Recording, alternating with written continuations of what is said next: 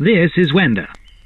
Wenda is a 236-year-old awoken female from 32 Traveller Street, Frimley, Surrey. Now you may notice that she's alone, and that's because Wenda isn't well liked amongst the Destiny community for her selfish tactics and shameless showboating.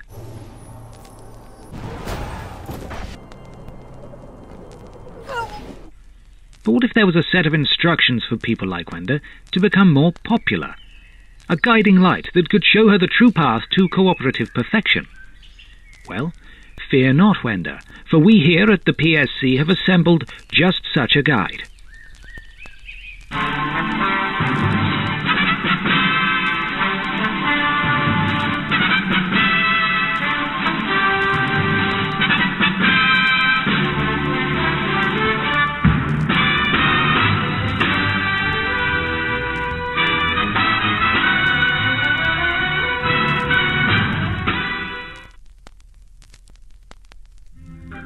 Tip 1. The Greeting Ritual. Once you have been granted access to a player's game world or accepted one into your own, the first thing that any respectful player and popular individual should do is engage in the greeting ritual. As with most cooperative experiences, there are a plethora of interesting and unique ways to say hello, whether it be bowing or waving, jumping up and down, crouching rapidly or teabagging, discharging your weapon at one another's feet, or even dancing. If you don't get a response out of your ally, then you should continue your efforts to rouse their attention until you do. This is Robert. He is not popular. As you've just seen here, Wenda has made great efforts to greet Robert, but he has left the scene without even dignifying her existence. Don't be like Robert. Wenda clearly deserves better, and if you experience similar rudeness, so do you. Leaving without a word is all that Robert deserves. Tip 2. Don't be a selfish Susan. During a cooperative game, your aspirations should focus on those of your fire team and not just yourself. There are many things you can do to prove to your comrades that you're willing to go the extra mile for their sakes, and here are a few. This is Alex. Alex is not popular. As you can see here, Alex is considerably more powerful than Wenda and has no problem blasting away the enemies that lay in his path. As you might imagine, this isn't a great deal of fun for Wenda, as she's really just following in his wake. So if you must play with people that are far weaker than yourself, be mindful of the fact that you may be ruining their experience, and adopt a more hands-off, guidance/reviving approach. Chests. These delightful contraptions spawn randomly at set locations throughout the map, and it is paramount that you make your allies aware of them.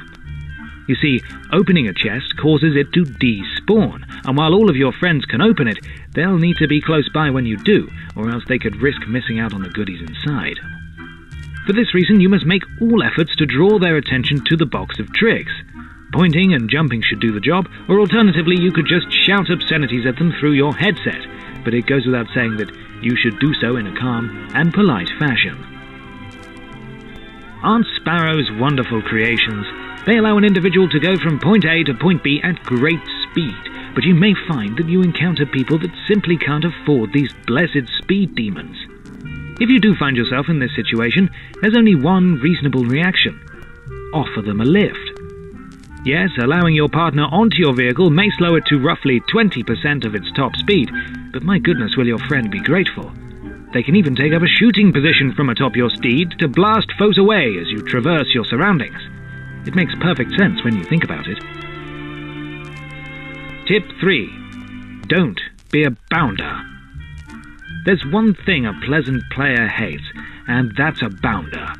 Bounder-like activities include pushing friends off a cliff with your sparrow, dancing on the corpses of the fallen, and generally being really rather inconsiderate.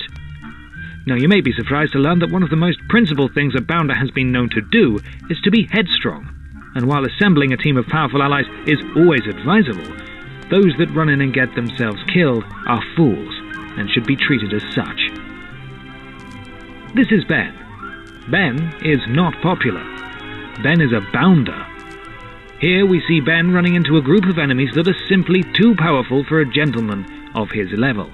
His death, however, presents a unique opportunity to further this point, as it would be equally daft of Wenda to run into the fray with the aim of reviving Ben. Sometimes it's just best to let foolish bounders wallow in their foolishness. Why so serious? Nobody likes a partner that's wearing a pair of horse's blinders, forever focused on what's in front of them and nothing else, so why not take a little time out of your day-to-day schedule? Admire the scenery on Earth, have a picnic on the moon, or even dance on Venus. It's up to you, but your allies will respect you all the more for being so accommodating. Finally, wait for your fire team. If you find yourself a large distance ahead of your friends, slow down and let them catch up to you. Reach an object that your Dinklebot needs to scan and no one else is around, wait for them. About to enter a new area and your team is yet to show, wait for them. If you continue unabated, you will surely endure the ire of your fellow Guardians. Remember, you don't want to be that guy. Tip 4. Don't pose in front of the traveller. This is a public service announcement direct from the Council of the Tower. Following a recent meeting of the Nine, chaired by Bill Nye, the Council are concerned at the sheer number of Guardians posing for pictures when they should be clearing the solar system of the alien menace. As such, any and all individuals seen dancing on the safety fence or sitting on the antenna will be terminated with immediate effect. You have been warned. And there we have it. If Wenda follows these golden rules, she and her associates will soon become fast friends. And remember, other people's opinions of you mean everything, so try not to be a prat.